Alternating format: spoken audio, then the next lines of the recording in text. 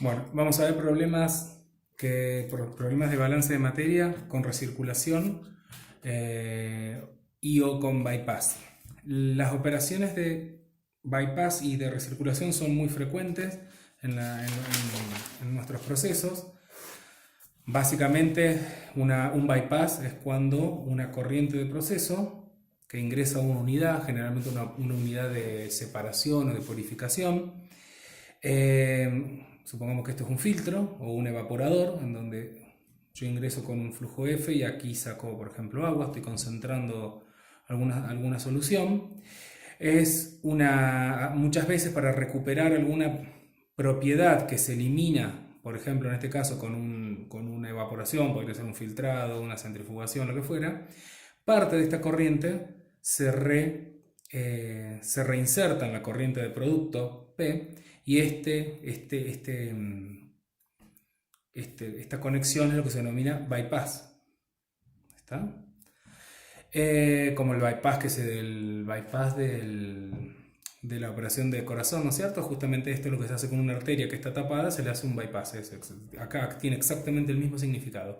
Bueno, cuando tenemos este tipo de operación, lo que vamos a tener, además del balance que nosotros podemos hacer sobre la unidad de proceso, que sería esta, es también un balance tapando lo que yo tengo en el bypass. Fíjense que si yo tapo esto que tengo acá, fíjense que a mi sistema me ingresa F y sale E y P. Sin embargo, adentro tengo una corriente intermedia.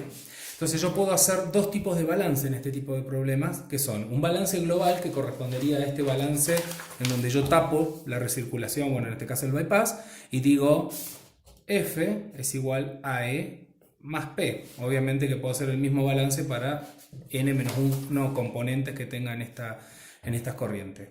Y además puedo hacer un balance en el punto de bifurcación en la entrada y el punto de reconexión a la salida. Esta corriente, fíjense, noten que acá es un error muy común cuando resolvemos estos problemas, es que la corriente que ingresa a la unidad no es F, es otra corriente distinta que tiene, si bien tiene la misma composición que F, pero tiene una cantidad menor a F debido a que una parte ya la recirculé. Por lo general lo que hacemos es llamar a esta corriente F como F', o F1 o la letra que ustedes quieran, y fíjense que a la salida pasa exactamente lo mismo. La corriente que sale de la unidad de proceso no es P, es una corriente que sale de esta unidad, que también le podríamos llamar P' o la letra que ustedes quieran. Por lo tanto, acá tenemos dos balances adicionales que, o sea, podemos hacer, digamos, vamos a tener que F es igual a F' más B en la entrada, y en la salida vamos a tener que P es igual a P' más B. Esta corriente es la que llamé B, ¿no es cierto? Y además voy a poder hacer un balance sobre la unidad. Fíjense que si ahora yo tapo las dos salidas y me quedo con lo que sucede solo en mi unidad, me va a quedar que lo que ingresa a la unidad, F' es igual a E más P'. Obviamente que a estas cuatro balances que yo hice acá, les puedo realizar sus correspondientes balances por componente, n-1 componente, y de esta manera es como yo resuelvo estos problemas, la manera en la que debo encararla. Obviamente que cada problema tendrá distinto número de variables de incógnita y las ecuaciones que utilice serán las que corresponden. Un dato, insisto en esto que está acá, tener cuidado en la entrada y en la salida. A veces los enunciados de los problemas dicen se alimenta a un sistema X cantidad de producto, el cual una parte es recirculado, y entonces tengo esto, recirculado, bueno, bypass, en este caso derivado.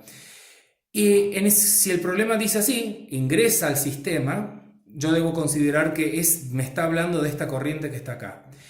Algunos otros problemas dicen, a un filtro o a un separador ingresan tantos kilos por hora. Entonces tengo que tener cuidado que quizás lo que me está diciendo el problema me está dando este valor de F' y no el valor de F. Muchas veces, digamos, nos vamos a encontrar con que el problema se trata justamente de eso, de resolver F a partir del valor de F.